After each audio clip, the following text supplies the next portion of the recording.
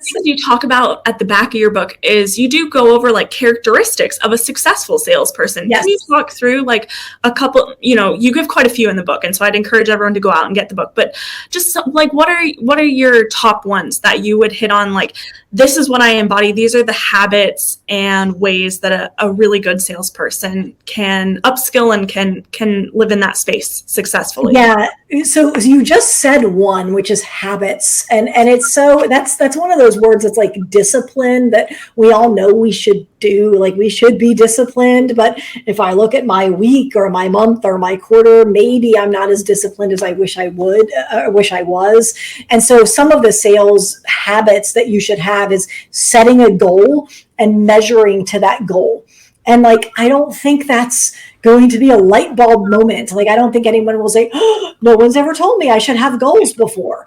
But do you? And are they written down? And do you review them every week at a minimum, maybe even every day?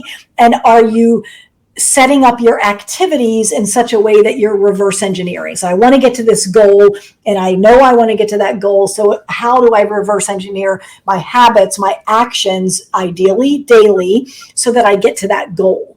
And that's one of those, again, I'm not sure I said anything that someone's like, I never knew that. Like, okay, we all know that, but are we living it? And so the best salespeople, they absolutely live it. And then the other thing I would mention, and I don't recall if this is in the book or not. It's always tough because there's things that they don't make it off the cutting room floor. It's tough. It's like you're cutting off part of your firstborn child or something. It's tough.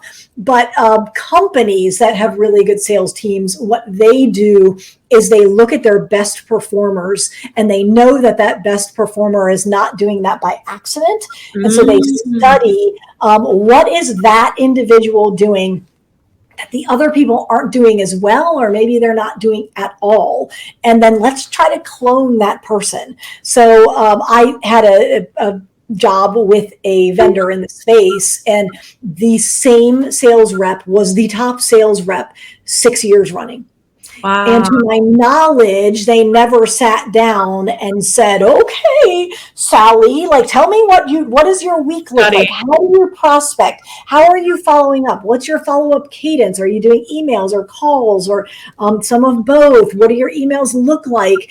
But she was clearly doing something because every system is designed to create the result it's creating. And her system was fantastic. It was the best system in the company. So why would we not study that person and try to emulate that system as much as we can? And so that's one thing. Like, if you're a brand new salesperson and you're like, I've never done this before, you should negotiate that your first few weeks on the job, you can do nothing but shadow the most successful salesperson. Don't talk to them, just take notes. I'm going to watch what you're doing. Just pretend like I'm not even here. I'm a fly on the wall. And then you do your best to emulate that successful person, and then you will also be successful.